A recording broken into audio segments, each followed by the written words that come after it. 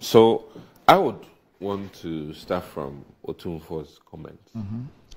And I think Otumfo really spoke for not just Napo, but for all of us following the Vice President at the moment. And I want to encourage every party member from grassroots on up to take the advice given to us as a party that we should follow the lead of our presidential candidate and that we should serve him and that he should not regret taking the mantle to lead us. And I think that upon further reflection, I see that as an advice for all of us who are MPP at the moment. Now, beyond that was very pleasant comments. I think the Vice President, talked about Napo in terms of his capabilities and abilities and for which reasons he chose Napo, which was good. President Nana Dankwa Akufo-Addo also, added his voice to the fact that there's a track record experience that Napo has and what he brings to the table in terms of his patriotism. And without a doubt, I think that the two form a very formidable team. I must admit that there's a bit of massive hysteria with regards to an unfavorable statement that Napo made. And I would, from a communication experience, admit that, I think he even stopped himself when he made a comment about former president. And I think at that point he realized that no, he had made a mistake. No, he stopped himself from mentioning the names of the others, but he had made the statement that none of them from 1957 to date compares to Nana Akufo-Addo. Then he proceeded to mention, which way did he use for the Nkrumah one? So I'm sure that he was going to then mention everybody's name. Not yours. No, our Kwame Nkrumah. No. Our Kwame Nkrumah. But that's why I said that I think he realized that it was a very unfavorable thing. No, but he mentioned it twice. No, not the name. Yeah. The issue, the fact about the fact that he said that no leader since Ghana was founded in 1957 compares to Nana Akufo-Addo. He repeated that. Yeah, I think that. And also the name, he mentioned it more than once. I think that personally, one, I believe that every leader had some monumental things they did for Ghana. And I've always cited that my biggest admiration for President Rawlings, former president, is the fact that he agreed to hand over power to President Kufuor. For me, of all the things that had happened prior to,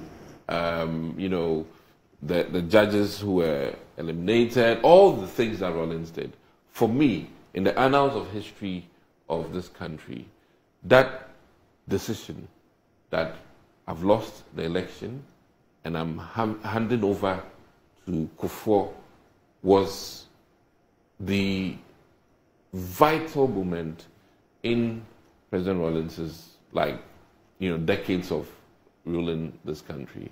And that was remarkable for me. And it has always stayed with me because if he had not, the story would have been a total different story for Ghana and our democracy. And I think that is Rawlings's contribution. Then we'll fast forward to Kufuor, who also made his. So really, every president and what they brought to the table, and it will be difficult to always compare one necessarily to the other. And let me say that, it sounded like us in high school debating. The way he talked, it almost sounded like he felt that he was back in Prempeh debating his colleagues. Unfortunately, where you say, hey, Kwame Nkrumah, in a rhetorical way, but it's unfortunate. These days, we don't communicate that way.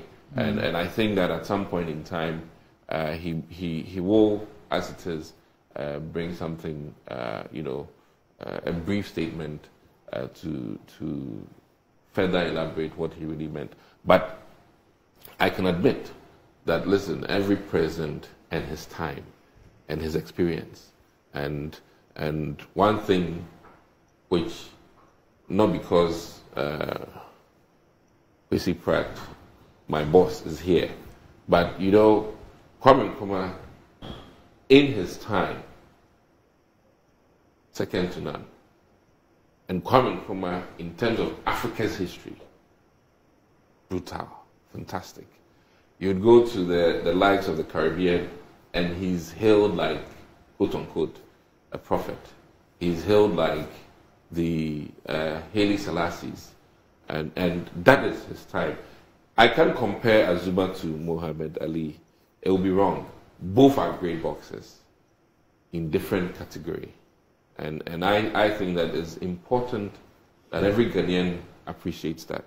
And we can never, and I mean, Nana Addo Dankwa Akufo-Addo has built his monumental museum in respect of the legacy, in respect of Kwame Nkrumah's contribution to this country, and we cannot discount it. Nobody can discount it. And I think that we need to assess each president per their time. And, Atta Mills came. Well, that's the assessment that... No shot. That's the assessment that your running mate has made. And well, he has made his assessment public, known to everybody, that none compares. And I'm here to make my case that I believe that every president and his era and his contribution. I mean, Kwame Nkrumah during his time, one of the most powerful men in the century. You can't take that from him.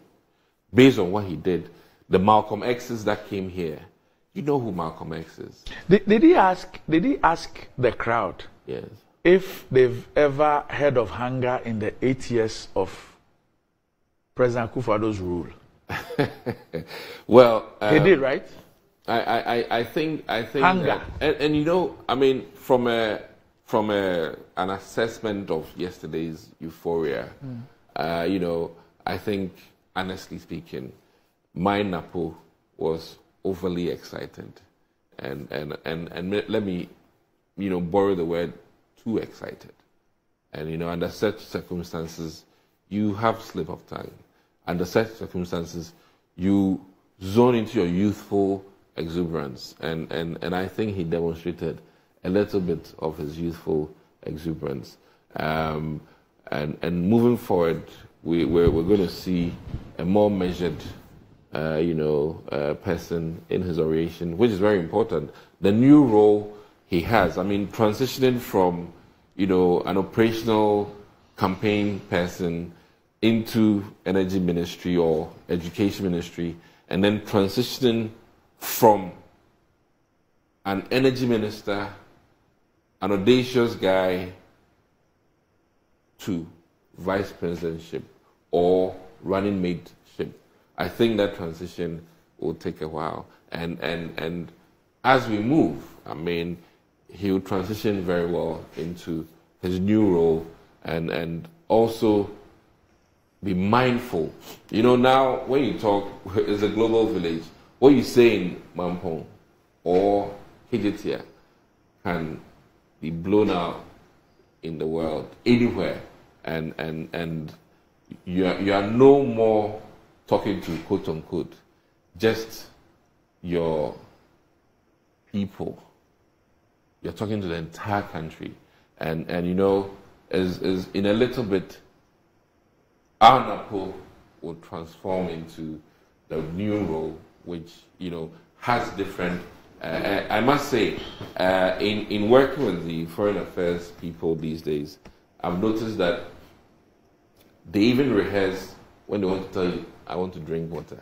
I'm just saying, and because and careful, cautious in the words they choose to do what they do. So let me, one, make that strong argument that you know, it was youthful exuberance, excitement, you know, and euphoria that drew him to that. And I know he reveres Nana Addo Dankwa Akufo-Addo so much and loves him so much because he has literally, let me say, made him who he is. And now, based on the faith Nana has had in him, has landed him into this almighty new position. And I must admit that every president and their time and their contribution to this country, and that is my stand on this. And I think that at some point in time, you know, a statement will be released, and not just Kwame Nkrumah. I mean, you know, President Kufuor, for his contribution to this country, his dedication, his perseverance, and his statesmanship, even after presidency, everybody knows. What did he say was Tony Blair's advice to Starmer upon winning the election? I didn't catch that part. Oh, you did? Except you did, because I discussed it with you. Except for the part that he said that. That's unfair. No, but it's true. He knows that he did. No. That's unfair. That was we had a conversation off camera. Yes, on this. Except so it's unfair why is it unfair? You know, except for the fact that no, Andy, why is it unfair? Tell me one reason why it's unfair. Things said off camera Yes. are not meant on camera unless the person who said it wants to. No, but I was not so Is that clear. the new? Oh, that there is. No, but we all listened to the man when the man said that Tony Blair has actually advised the new prime minister to not digitization. No, I think that's what he No, to make sure that the British now have ID cards. National ID. National ID cards. Oh, But that bit. Didn't you hear it? But that one day, I think the Brits already have national ID cards. But you heard him say it. No, I heard the digitization part, and then also the ID card. Okay. Those two. Okay. But, you know, more so the digitization. I think that was his strong point that he was trying to make. But as for the, you know, admittedly, the national identification is something very common to the Western world, in the US and everywhere else, even Canada. So, you know, like I said, some blips will happen. Okay. Some blips will happen. So be at ease. Yeah.